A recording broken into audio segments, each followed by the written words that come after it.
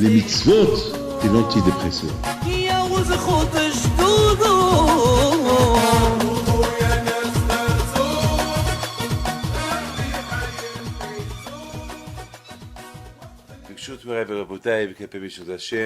Ce cours de Torah, on va lui dire à votre santé, à votre panassa, que Akadosh Baruch Hu vous donne bracha ve'atzlacha.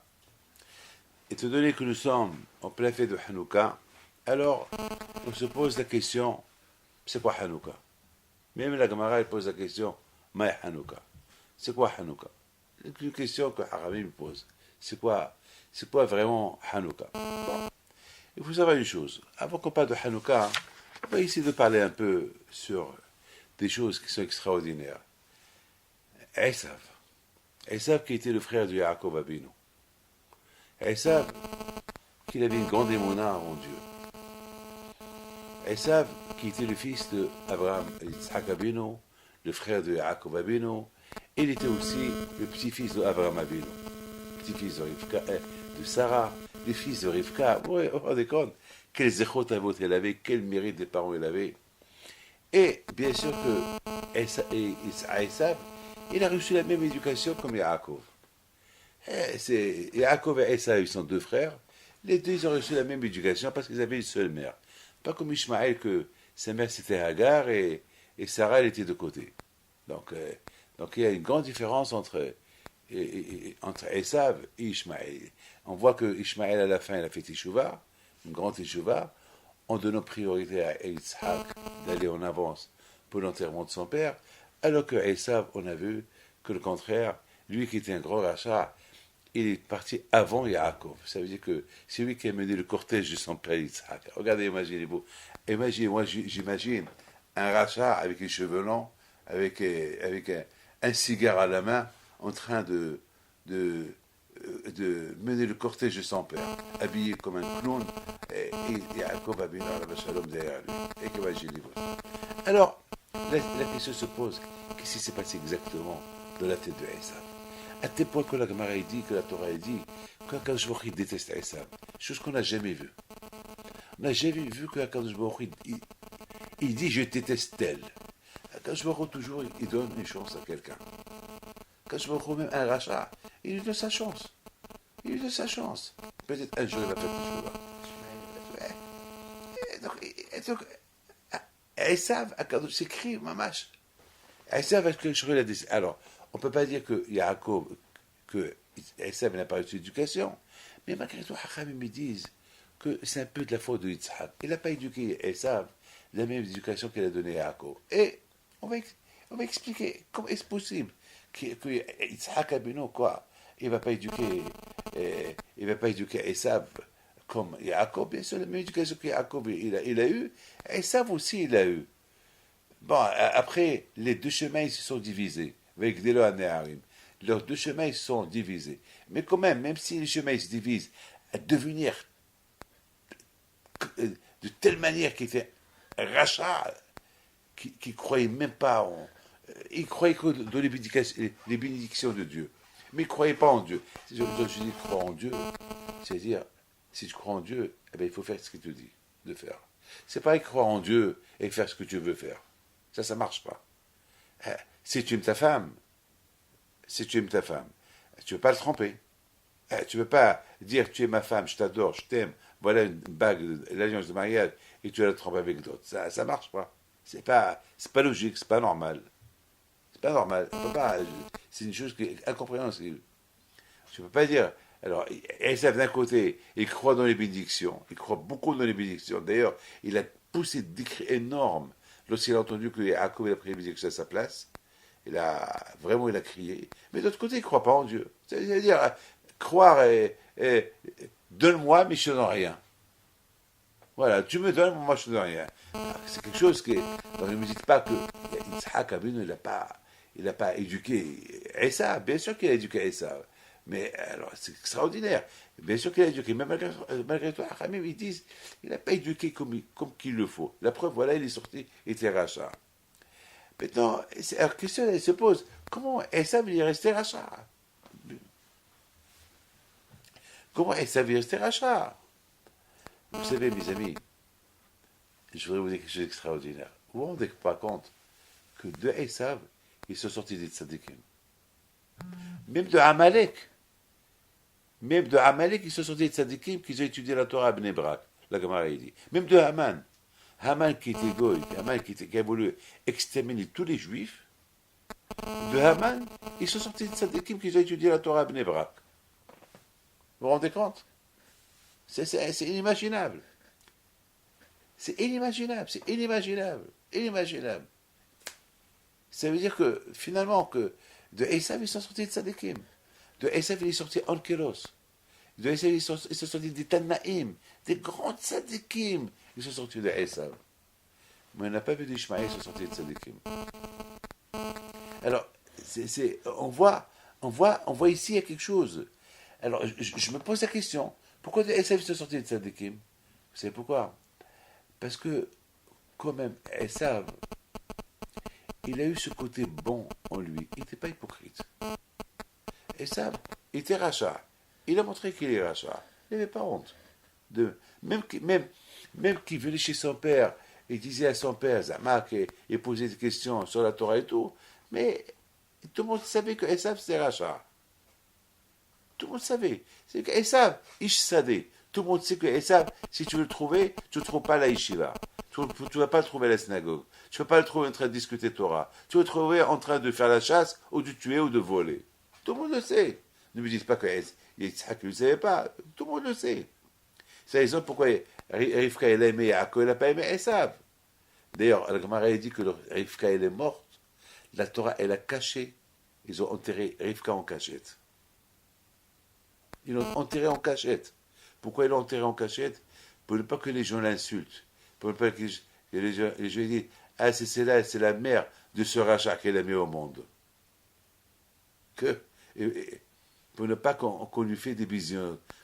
Qu'est-ce qu'elle est venue faire dans ce monde-là? Elle est venue là, elle a fait la pagaille, elle a mis au monde un rachat, un tueur, un assassin, un qui n'avait même pas honte de laisser ses femmes faire de la Avodah Zara devant le papa, devant Yitzhak. À cette époque, les Hachamim disent que ses yeux, ils ont aveuglé.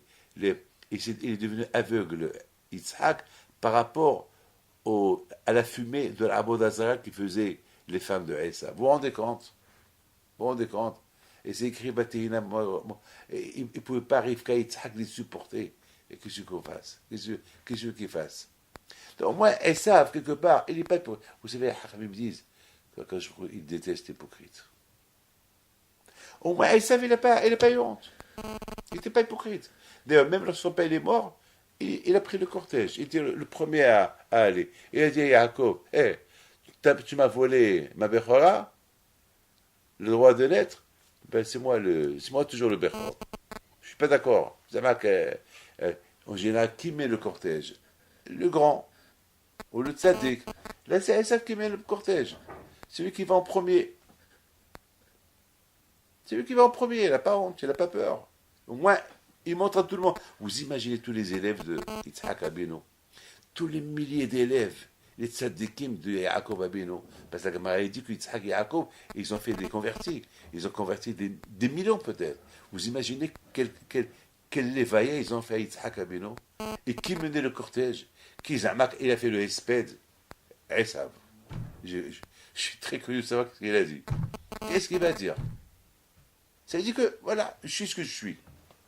Bon, quelque part, on voit que Esav, d'ailleurs, à un moment donné, Esav, lorsqu'il a vu que son père, il n'est pas les filles de Canaan, eh ben, il a pris la fille de Ishmaël.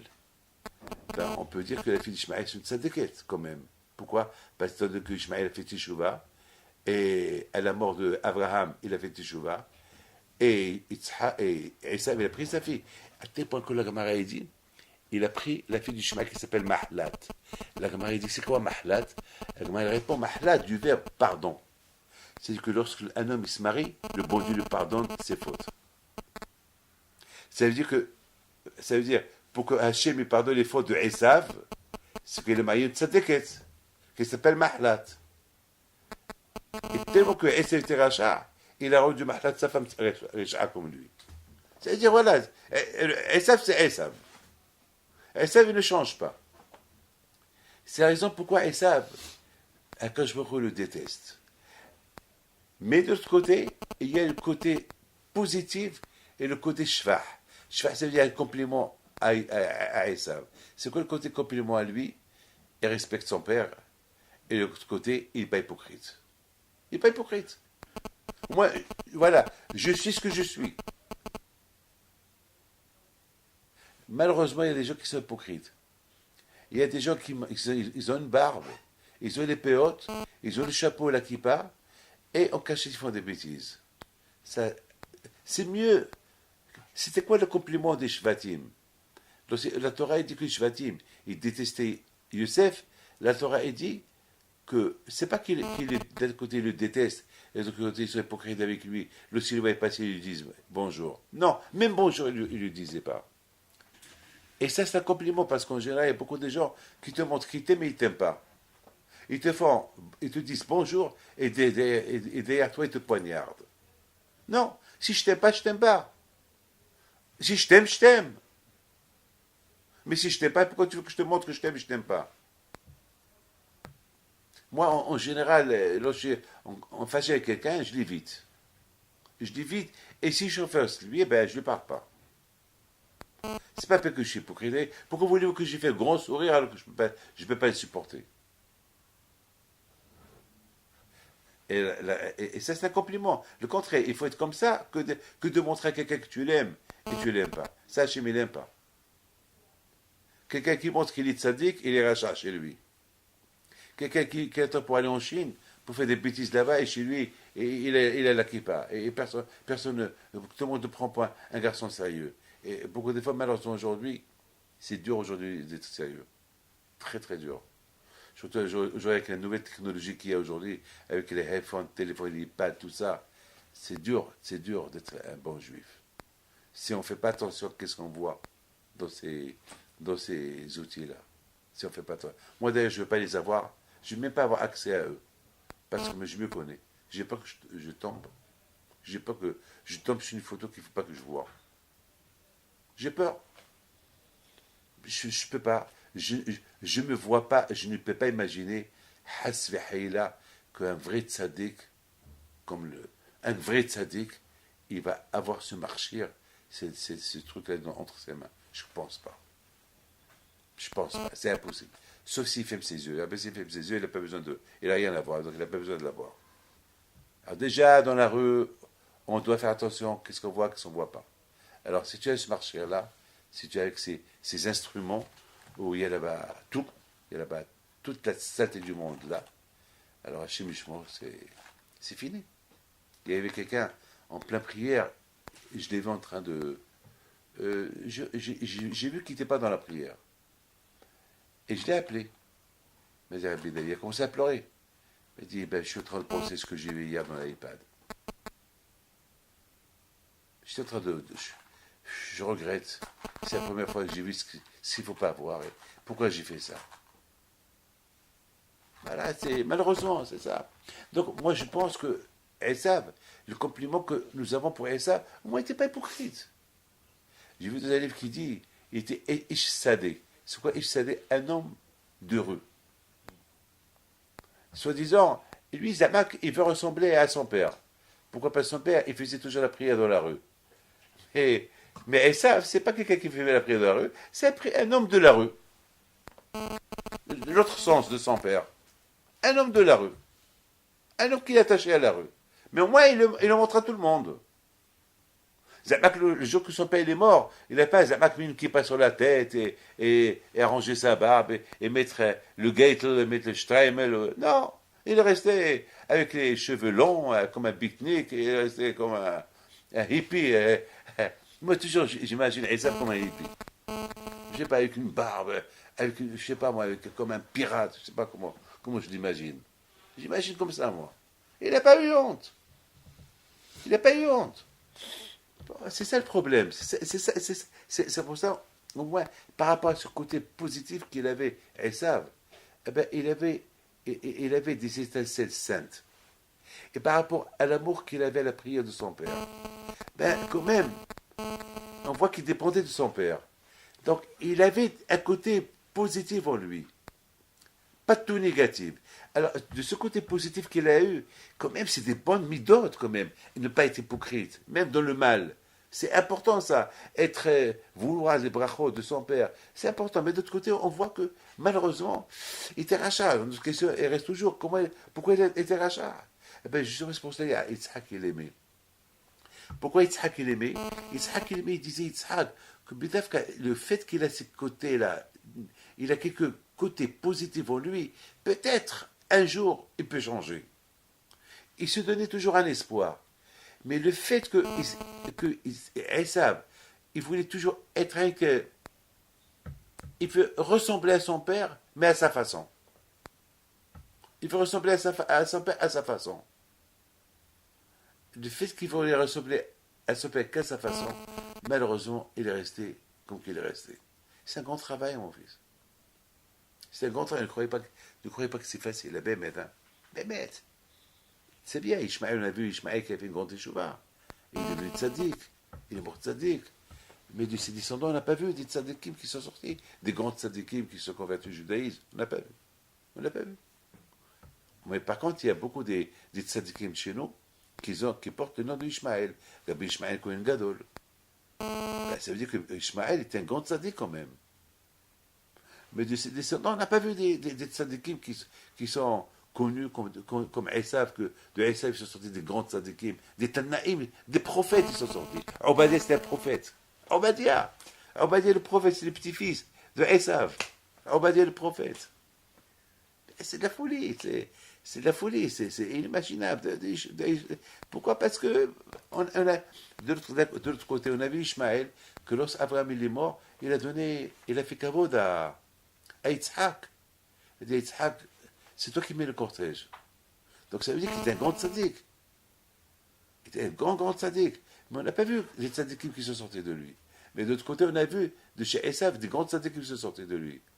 Parce que de Esav, on a vu, il n'a jamais fait teshuva. Il était rachat jusqu'au bout. Mais toujours, il avait. Moi, je dis toujours une chose.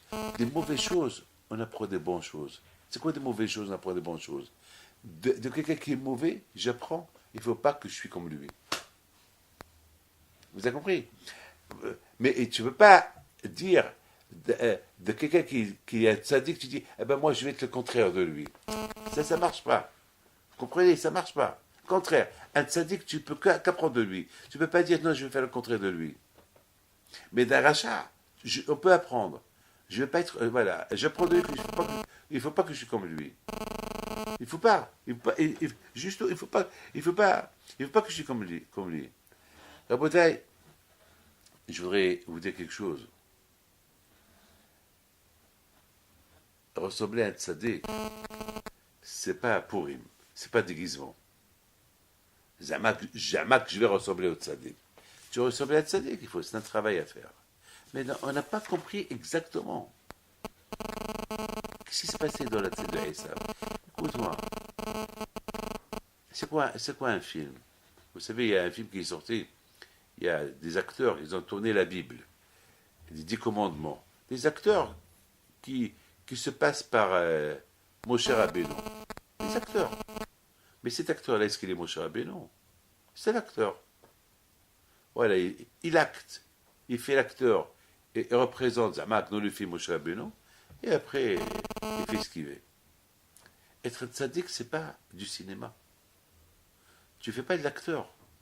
Il faut que tu sois toi. Il faut que tu ressembles. Et ça, il veut être acteur du cinéma. Il veut ressembler à Yitzhak. Mais à sa manière. Il ressemble à Yitzhak quand il veut, mais dès qu'il sort de la maison, il n'est pas Yitzhak. Il est Esav. Mais Esav, il n'a jamais caché son jeu. Tout le monde sait qu'il acte comme ça. Vous comprenez ce que je veux dire? Même Yitzhak, c'est-à-dire, c'est un savoir, c'est un hypocrite. Vous comprenez? C'est un hypocrite, mais il se faisait toujours passer qu'il n'est pas hypocrite. C'est-à-dire, pour moi, non, je ne dis pas le mot hypocrite parce qu'on est en train de dire que lui, il n'est pas hypocrite. Voilà. Ça veut dire que il avait ces deux. D'un côté, voilà, je m'excuse. D'un côté, il fait du cinéma, qu'il est tzaddik, vous comprenez? Il montre à tout le monde qu'il fait du cinéma. Donc, quelque part, il n'est pas hypocrite. C'est-à-dire, je montre, je fais du cinéma.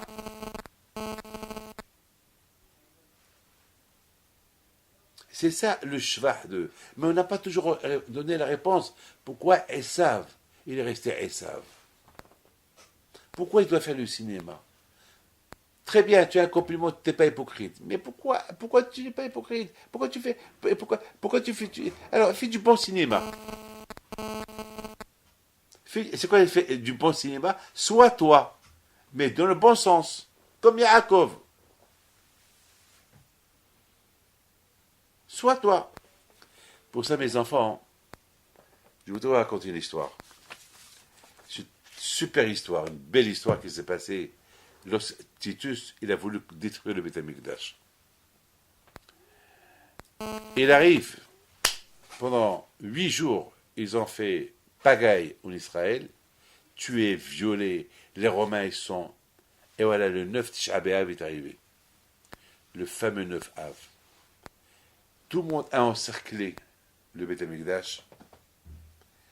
Et voilà, Titus, il réfléchit.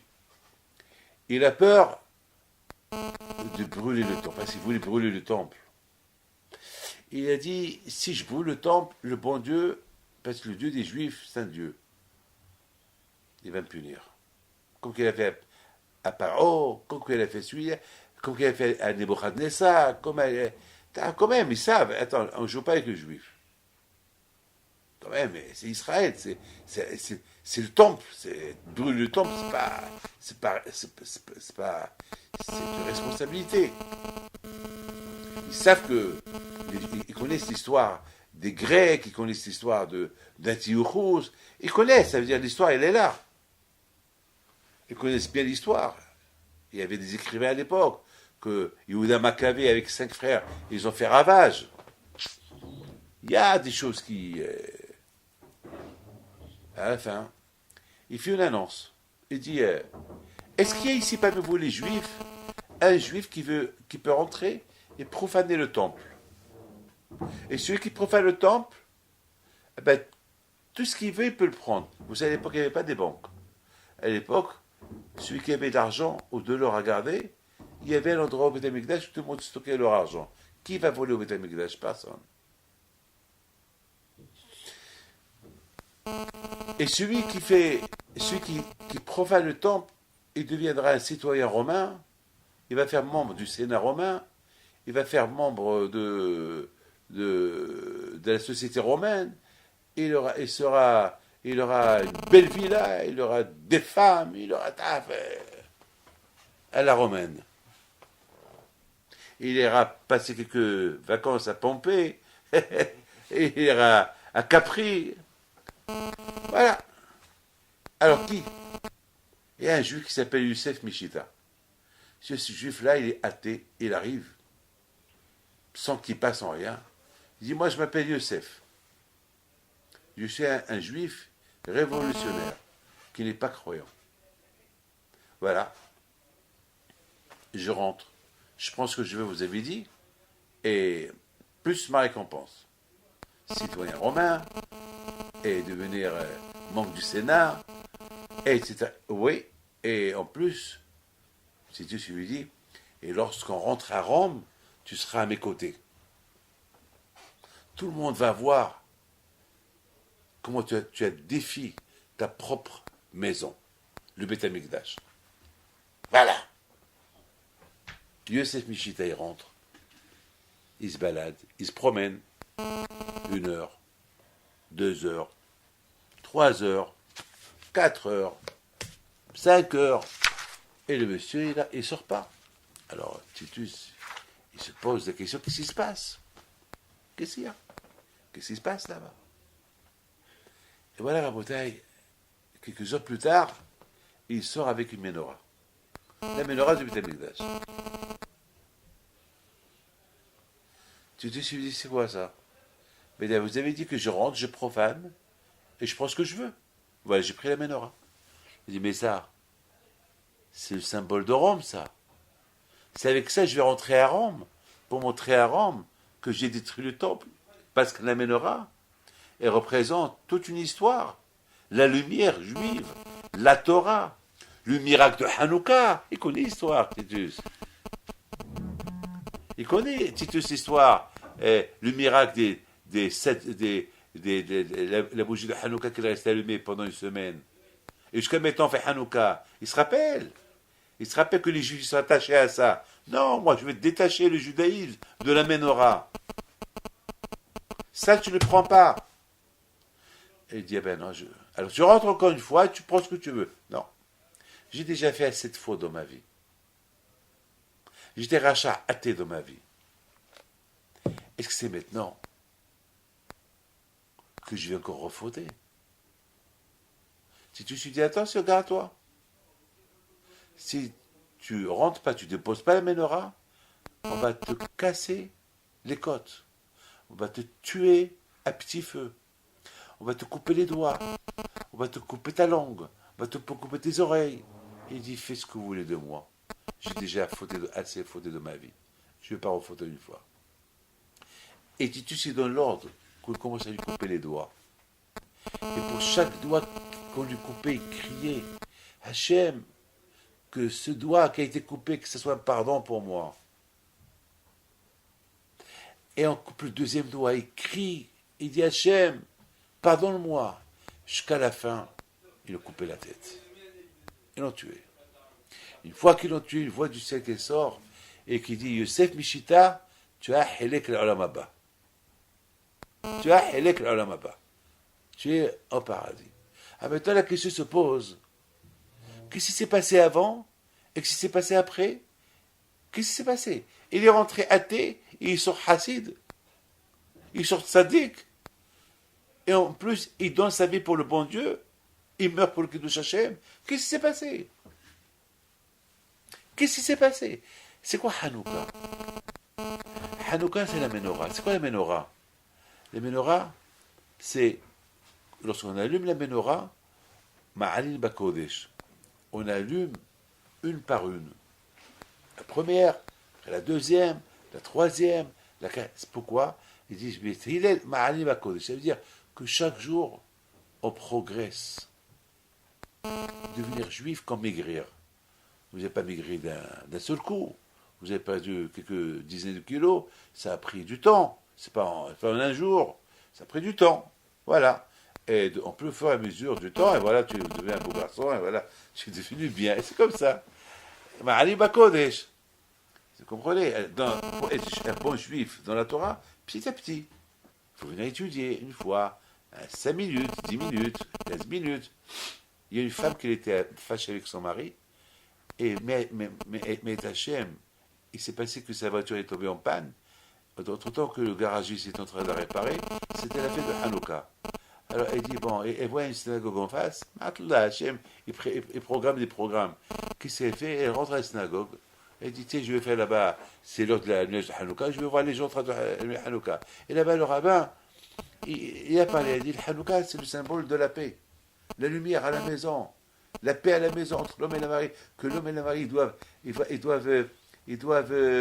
les deux coopérer. Hanouka, c'est les lumières, c'est les enfants, on allume les enfants. Et pour cela, il faut le chamage, il faut le mari et le père, les deux, la femme et le mari. Il ne faut pas que les deux se disputent, parce que les enfants, ils profitent de l'occasion. Et la femme, elle entend ça, on dirait que le message était pour elle. Le message était pour elle. Elle commence à verser des larmes. Elle verse des larmes. Elle sort de la maison, de la synagogue. Entre-temps, la voiture a été réparée. Et voilà, elle appelle son mari. Son mari était surpris qu'elle appelle parce qu'elle lui faisait la tête, il ne parle pas. Il lui dit, j'arrive, avant que j'arrive, on va allumer la Hanouka ensemble et on va chanter avec les enfants. Il était comme un fou le mari, il n'a rien compris. Elle arrive et dit, à partir de maintenant, je suis ton associé. À partir de maintenant, jamais je te fais la guerre. À partir de maintenant, les deux, je peux être contre toi pour l'éducation des enfants. Les deux, on va. Et qu'est-ce qui s'est passé? Qu'est-ce qui s'est passé, lui dit? Il dit, le miracle de Hanouka s'est passé avec moi. Parce que Hanouka, c'est la fête des enfants. Hanouka, c'est on allume les enfants. On allume. Chaque fois, ils voient les lumières. Et la Emouna, elle rentre dans leur tête. La lumière de Hanouka, elle nettoie la tête, elle nettoie le cerveau, elle nettoie le cœur. C'est le miracle qui s'est passé il y a quelques milliers d'années. Il se répète chaque année. Pam, pam, pam, chaque année, c'est le miracle. Mais la différence entre avant et aujourd'hui, avant, il s'est passé le miracle dans les bougies eux-mêmes. Maintenant, le miracle se passe dans notre tête. Je répète. Avant le miracle, il s'est passé dans les bougies eux-mêmes, dans la Hanouka qui s'est allumée 8 jours. Aujourd'hui, lorsqu'on allume la Hanouka, le miracle se fait avec dans notre tête. La lumière de Hanouka, elle nettoie notre tête. Elle nous fait un lavage. Un lavage. Brainwash. Un lavage. Un lavage. Toutes les bêtises, toutes les saletés qu'il y a dans la tête, on les enlève. Allez. Et on commence encore un jour. Donc vous comprenez? Ma'ani Bakodesh. Ma'ani Bakodesh. Maintenant, je pense comme ça. Je pense que cette Mishita, lorsqu'il était à l'intérieur, par exemple, pour arriver à la perfection, il faut toujours progresser. Quelqu'un qui dit, ça fait, je suis un bon hassid, je suis un bon juif, il va échouer, il va commencer à retomber. Jamais il faut dire, il faut toujours, tant que tu vis, il faut monter, progresser. Allez, Walter, continue, allez, go, go, go, go, continue, continue, ne t'arrête pas, continue. Tu n'es pas encore arrivé. Tu n'es pas encore arrivé à destination. La destination, c'est la mort. Une fois qu'on est mort, on est arrivé à la destination de la vie. Et tant qu'on est vivant, il faut continuer, weiter. Allez, roule, roule, roule, cours, cours. Ne t'arrête pas. C'est pour ça qu'on dit mitzvah goret mitzvah. Une mitzvah est entraîne une autre mitzvah. Allez, come on, come on, come on. Dans l'étude de la Torah, bon, nous les juifs, même si on n'étudie pas la Torah, on a un taït katan, on a un kippa sur la tête, on est attaché à notre tzadikim, mais bon, Hachem, voilà, on mange, on fait une bracha, on fait après le matin, on est toujours, bon, Hachem, on dort, on fait Hachem, on se réveille, voilà, on est tout. Yosef Mishita, il est rentré Racha à l'intérieur de Bethel. Il est rentré dans l'intention de voler. Mais il voit la menorah allumée. Il commence à l'observer. L'effet qu'elle a fait la menorah sur lui, l'effet qu'elle a fait la lumière de Hanouka sur lui, j'en suis 100% sûr, il est resté devant elle quelques heures. Et pendant ces quelques heures-là, il a fait Teshuvah. Et c'est la raison pourquoi il a pris la menorah dans ses mains. Parce que la menorah, la lumière de la menorah, c'est Moussif Véolé. Elle t'aide à se nettoyer davantage. Et de plus qu'elle te nettoie, elle te rend un bon juif. C'est ce qui s'est passé avec Yosef Mishita. Reconnaissance à la menorah qu'elle a rendue à un homme juif, un homme religieux, un homme étant croyant, il voulait la prendre. Titus, pourquoi il l'a pas laissé? Parce qu'il avait ici, cette menorah, elle a fait un effet sur lui, et lui qui était Racha. Alors quel effet va faire sur les autres? S'il la prend, il allume chez lui, et va faire un effet sur tout le monde encore. Donc la guerre, elle est perdue. Donc, même si je détruis le Beth Amikdash, celui-là, il va la reconstruire avec sa menorah. Donc je ne le laisse pas. Aïe, aïe, aïe, aïe, aïe, aïe, aïe, aïe, aïe, aïe, aïe. Mes amis, je vous dis une chose. Il y a une Gemara qui dit Ner ish bebeto. C'est quoi? Ou Ner ish beto. C'est quoi? C'est-à-dire, à Hanouka, chacun doit avoir la menorah chez lui à la maison. Mais Hachamim, ils emploient un terme. Ner ish bebeto. Ner ish beto. La bougie de l'homme à la maison. Et moi, j'explique comme ça. Ner, c'est la neshama. Qui naît nishmat adam. La ner, on compare la ner à la neshama. L'âme. La mitzvah, on compare la mitzvah à la bougie. Tu veux, monsieur, tu veux être attaché à Kadosh Baruch Hu? Alors, introduis la Torah dans ton corps. Béteux, c'est la maison. La maison d'un homme, c'est le corps. Où est ma maison à moi? Ben, c'est mon corps. Où est ma maison à ma neshama? C'est mon corps. Hey David, tu veux que ton corps soit attaché à Dieu? Le cerveau, le cœur, tes pieds, tes mains et tout. Alors, introduis la Torah dans ton corps. Ner ish beto. Introduis-la. Avec la lumière de Hanouka pendant ces 8 jours-là, on construit notre corps. Parce que sachant que la menorah, la lumière de la menorah, c'est le symbole de la Torah. Alors le fait que je pense que les Grecs, ils ont voulu assimiler les Juifs, les déconnecter du bon Dieu, les déconnecter de la Torah, pas de Mila, pas de Shabbat, pas de Filin, pas de Nida, rien de tout ça. Ça y est, ils sont déconnectés du bon Dieu, c'est fini. Un Juif, tu enlèves tous les faits, tu lui enlèves Shabbat, tu lui enlèves la Filin, tu lui enlèves Nida, et tu enlèves tout ça, c'est fini. Et il est assimilé, il est perdu. Il est perdu. Il est perdu. Donc, les Grecs, ils ont éteint les Juifs au niveau spirituel. Ils les ont éteints. Alors pour que ces Juifs-là, ils se rallument encore. Ils rallument leur corps pour être encore attachés à Kadosh Baruch Hu. C'est avec la lumière de Hanouka. C'est-à-dire que pendant ces 8 jours-là, on se construit. Et de plus qu'on voit la menorah, de plus que tu as de l'argent, tu investis plus. De plus que tu as de l'argent, tu achètes plus.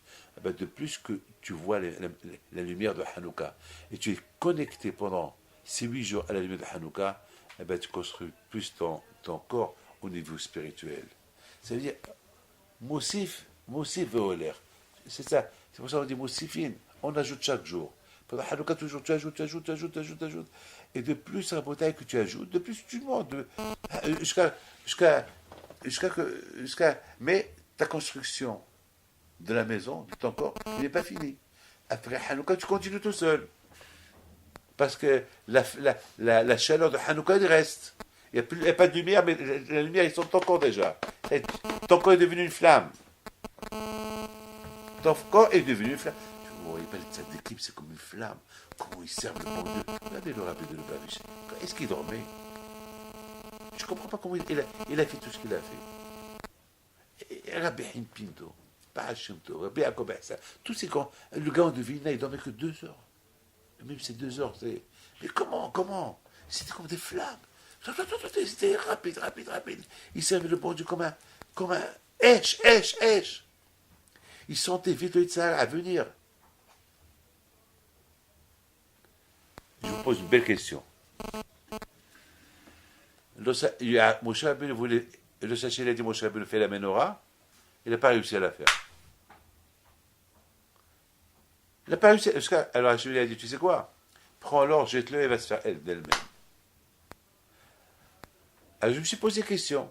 Alors comment est-ce possible que la menorah, Moshe n'a pas réussi à la faire, elle s'est faite d'elle-même, mais pour faire le Mishkan, tous les Juifs l'ont fait. Pourquoi Kadosh n'a pas dit à Moshe Rabbeinu, apporter du bois, apporter du matériel, apporter de l'or, et le Mishkan il va se faire de lui-même. Comme la menorah s'est faite d'elle-même, le Mishkan aussi s'est fait de lui-même. Non. La menorah s'est faite d'elle-même. Vous imaginez, c'est quoi une menorah? Je comprends pas. Oui, de l'autre, c'est la folie. Tous les Juifs sont devenus fous. Mais le Mishkan, non. Eh bien, la bouteille. La Torah dit, Ve'asu li Mishkan. Hachem il dit au Bnei Israël, le Mishkan c'est le symbole de l'homme. L'homme, c'est pas moi qui le fais. L'homme, c'est vous qui devez le faire. Tes yeux, c'est pas moi de conduire tes yeux. Quoi regarder, quoi ne pas regarder. C'est à toi. C'est à toi à être le commandant de tes yeux. C'est à toi à être le commandant de tes oreilles. C'est à toi à être le commandant de ta bouche. Qu'est-ce qu'ils sont de ta bouche? Qu'est-ce qu'ils ont de ta bouche? À toi d'être le commandant de tes pieds. Où ils vont tes pieds? À toi. Comme les tzadikim. Les tzadikim, la Gemara dit, les tzadikim, ils tzrabi adam. Les tzadikim, le tzara, il est dans leurs mains. Dans leurs mains. David Amelech, il est énervé le tzara chaque jour. Il disait au tzara, il disait, demain je vais aller aux Jeux olympiques. Demain, je vais faire un match de football. Demain, je vais aller voir un film. Et Sarah était content. Waouh! Ben, va.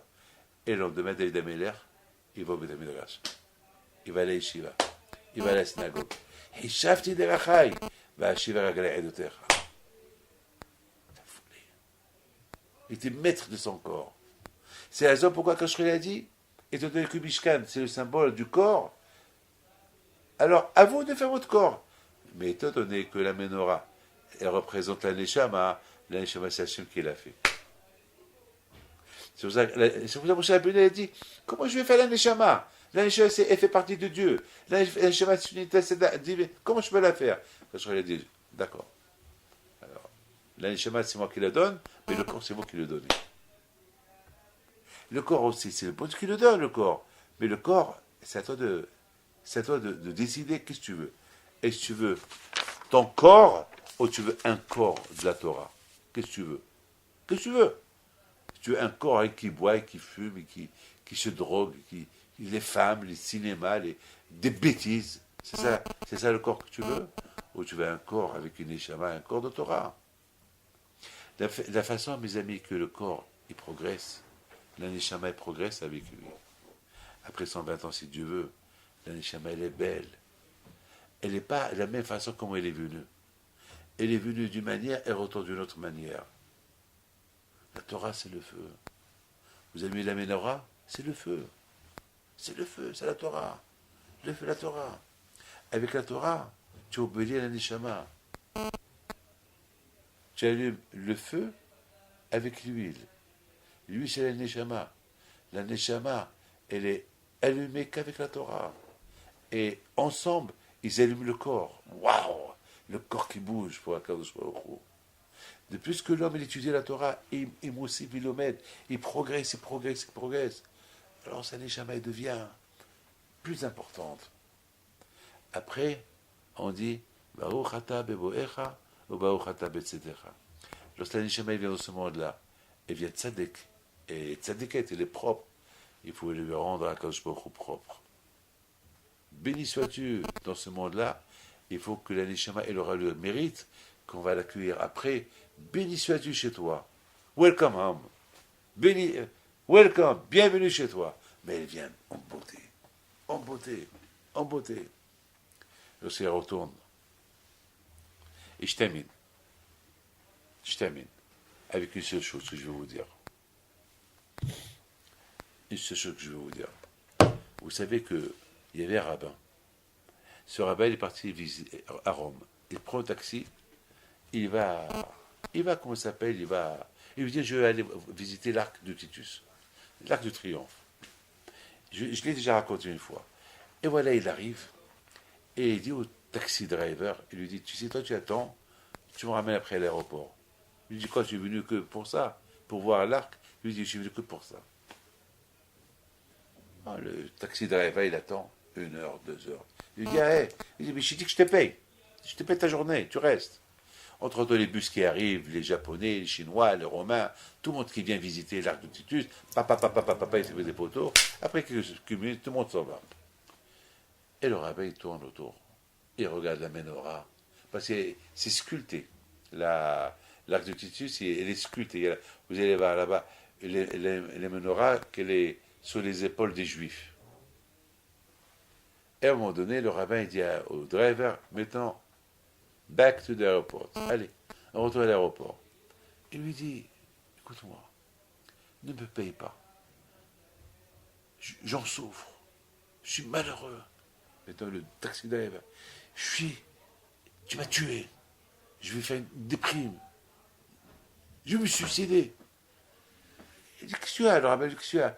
Il dit, tu m'as rendu fou. Mais qu'est-ce que tu as fait aujourd'hui toute la journée? Explique-moi, je n'ai pas d'argent. Je vais mourir. Mais c'est quoi? Je fais une bêtise. Dis-moi. Il dit, écoute-moi. Est-ce que vous connaissez l'histoire? Il dit quoi? Tu sais qui a détruit le Beth Amikdash? Ben, je sais, c'est Titus. Ben voilà. Titus, il a pris notre menorah. Tu connais, tu vois, cette menorah. Le menorah, c'est le symbole de la Torah. Il a détruit le Beth Amikdash et il a pris la menorah. Pourquoi il a pris la menorah? Symbolique. Voilà, j'ai pris la Torah des Juifs. Plus de Torah, plus de Beth Amikdash, plus. Il a fait pire que Antiochos. Antiochos, il a simplement éteint la menorah. Lui, il a pris la menorah. Vous avez compris? Et Antiochos, il n'a pas détruit le temple. Il a qu'éteint. Mais lui, Titus, il n'a pas éteint. Il a pris la menorah, il a détruit le temple. Elle a cru qu'en faisant ça, elle a détruit le peuple juif. Mais lui, il n'a pas compris que la menorah, les lumières de la Torah, les lumières de la menorah qui était au Beth Amikdash, elle est dans le cœur de chacun de nous. La menorah, elle est à l'intérieur. Am Israël Hay. On est encore là. Je suis venu dire à Titus, t'as cru que tu as emporté la menorah, voilà, je suis là. Mais je ne suis pas là, gravé dans le mur, je suis là en personne. Le drive va écouter ça. Mais pour ça, tu es venu. Oui, pour ça. C'est important pour moi de venir dire à Titus que moi j'ai une grande yeshiva. J'ai 1000 bahurim à la yeshiva. Je suis venu lui dire j'ai 1000 menorot à la yeshiva. C'est ça la menorah. Entre guillemets, Titus, une fois j'ai survolé Rome, et j'imagine, je voyais une grande avenue, j'imagine Titus rentrer à Rome. Aïe César, aïe César, aïe tout le monde qui crie aïe César. Et lui, Zamak, et il marche sur son cheval, Zamak, glorieux, victorieux. Il arrive, on lui dit, on a une surprise pour toi, laquelle on a construit pour toi l'arc de Titus, sachant que tu es venu avec la menorah. Voilà la menorah. Voilà. Et Titus, il regarde, Zamak, j'ai achevé quelque chose dans ma vie. Voilà, j'ai mis le judaïsme à plat, j'ai mis la Torah à plat. Il a échoué, on est là. Il y a plus d'échivot aujourd'hui dans le monde qu'avant. Il y a plus de cacheurs dans le monde qu'avant. Aujourd'hui, il n'y a pas un endroit dans le monde où il n'y a pas une lumière de Hanouka. Que ce soit Chabad, que ce soit Agudat Israël, que ce soit les Sfaradim, que ce soit, j'ai découvert il y a 2 semaines, qu'en Bélarus, c'est ça, en Bélarus, là où il est enterré le Havetz Haïm, le fils d'un de mes grands copains de l'Angleterre, qui a ouvert là-bas une grande yeshiva et séminaire. J'ai vu les photos, un Marocain. Je suis devenu bête. Après, il m'a montré l'album de tous les Juifs qui ont fait Teshuvah, qui sont reconvertis, pas convertis, qui ont fait Brit Mila. C'est la folie. Et je leur promets que je les aide. Ils vivent, ils font même pas la Brit Mila là-bas. Et c'est interdit de faire la Brit Mila à Bélarus. Il faut qu'ils quittent la Bélarus pour faire la Brit Mila. Pour vous dire, voilà. Mais ça est c'est ça l'effet de la menorah. L'effet de la menorah, si tu veux qu'on ne s'éteint pas, il faut toujours ne pas oublier Mosif ve'oler. Mosif ve'oler. Toujours ajouter. C'est ça la menorah. On ajoute, jusqu'à que tu arrives à la perfection. Mais le jour que tu arrives à la perfection, c'est après 120 ans. Mais tu continues. Donc chaque année, on nous rappelle. David, entre-temps, peut-être ça peut ralentir. Allez, on recommence encore. Allez, Mosif ve'oler. Allez, un peu de force. Va éteindre. Voilà, que le bon Dieu protège, il vous donne bracha v'atzlaha et la panassa be'ezat Hashem.